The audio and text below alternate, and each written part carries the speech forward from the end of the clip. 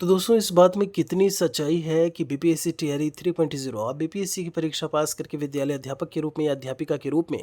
बिहार में शिक्षक बनते हैं और ऐसे में प्रथम माह में पहले महीने की अगर हम बात करें और आपको उस समय 6,000 रुपये लगभग 6,000 रुपये आपको आपकी पहली सैलरी मिलती है और आप इसे कहीं ना कहीं अपने नोटबुक में आप इसे दर्ज करें, आप लिखें।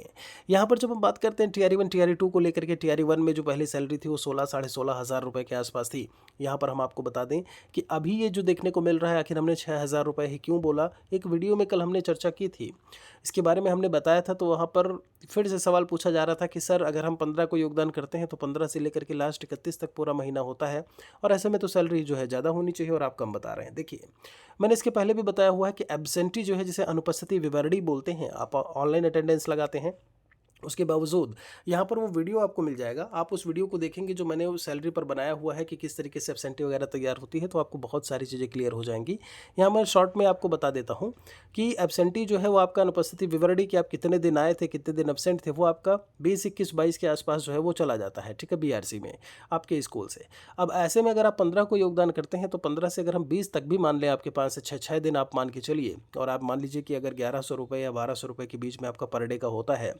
तो 11 छक्का 66 आप मान के चलिए लगभग 6,500 7,000 रुपये के आसपास, या हमने जो 6,000 लिखा है उसी के आसपास आपकी सैलरी जो है वो होने वाली है,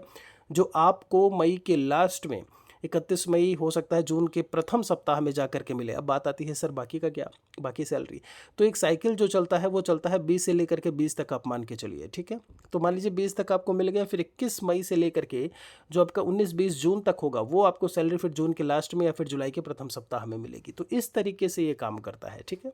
तो ये बिल्कुल सही है कि आपको जो पहली सैलरी है